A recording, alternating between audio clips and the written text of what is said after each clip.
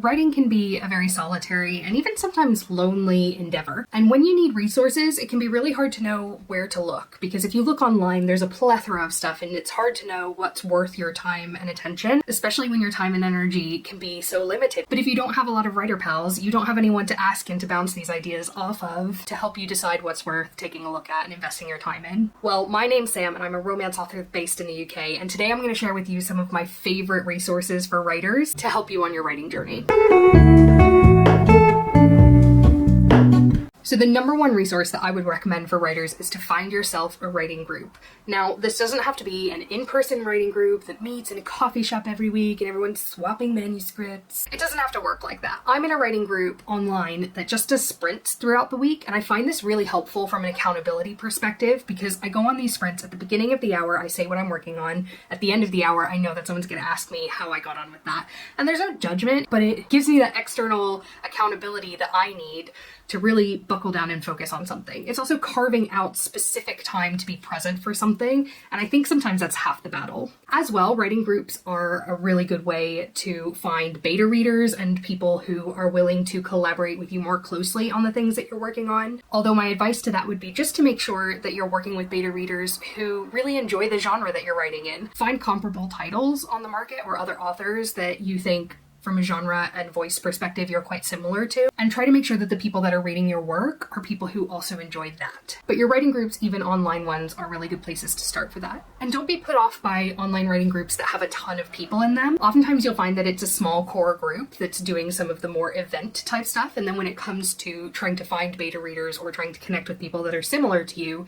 actually the wider that writing group is to begin with, the easier time you often have finding those people to connect with. There are a lot of really good Facebook groups that I've seen, and it may be that you find them in other ways as well. Definitely look in your local area as well if you're interested in in-person writing groups, because most towns and cities will have them in some form. And even if people aren't writing the same kinds of things as you, sometimes just showing up and knowing that there's other people who are going through similar things as you is so valuable. So definitely try to find yourself a writing group, even if it's online, even if it's something that you're going to do very casually. The second best resource that I would recommend is absolutely the library. Now, I'm recommending this from two ways. First of all, is a reading perspective. If you're like me, you love to read to the point that you spend way too much of your money on books. The most cost-effective and sustainable way that you can consume books is doing it through your local library. Libraries will also have ebooks and audiobooks that you can read, which is great. But the second reason I want to recommend your library as a resource is because librarians are fonts of knowledge when it comes to comp titles. Comp titles are really important for a couple of reasons. First of all, like I said, when you're trying to find beta readers, it's really important to have comp titles and authors to help make sure that you're finding beta readers that are going to actually be able to enjoy and effectively critique your story. It's also really important if you choose to go out on submission to agents or direct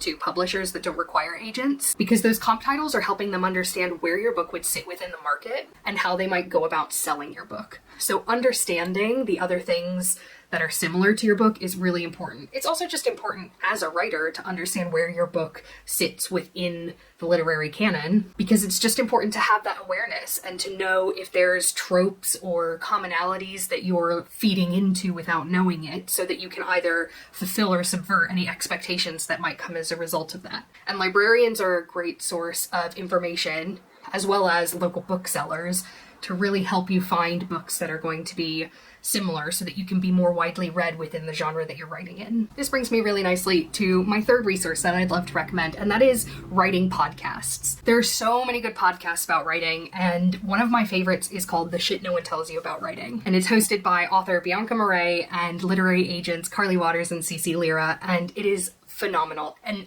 every single main episode, they review submission letters that have been sent to Carly and Cece, and they critique them so that you can learn how to craft those. And then they'll do an interview with an author or sometimes a publisher about their work. Then they also do bonus episodes where they answer questions that people call in and leave messages asking. They've answered one of my questions before. I think they try to answer all of them. And they also have booksellers on to help people find comp titles. So you can actually call in and say, this is what my book is, help me figure out what comps I should be reading, and they will give you comps on the show. It's fantastic. It's such a good podcast, and I always learn something when I listen. There are loads of other writing podcasts that are really good as well, but that's the one that I tend to gravitate towards the most. And the last resource that I want to recommend is books on writing. Now, not every book about writing or memoir written by a writer is going to be useful to you.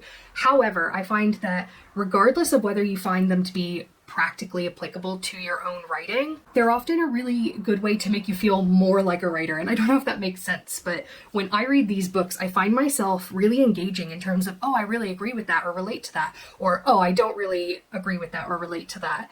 And that dialogue and being able to have that dialogue makes me feel more like a writer, like I'm in conversation with these greats. And I think that that's a really valuable thing, and it motivates me to then sit down and create my own work. And writers are writing books about writing because they want to help other writers, not because they're trying to position themselves above it. And so I find that reading these books makes me feel really motivated and makes me feel really included in the global community of writers, as fluffy as that might sound. If you're struggling to know which writing books are worth checking out, I've started a new series where I review writing books and I try some of the practical advice that's in them. So I'll leave the link to that playlist down below. But definitely there's plenty to choose from. So whether you want something that's a little bit more like a memoir, or if you want something that's more practical and how-to, there's plenty of that out there for you. And then of course, as a bonus resource, I would love to recommend what's affectionately called AuthorTube. So YouTube is an amazing resource for writers.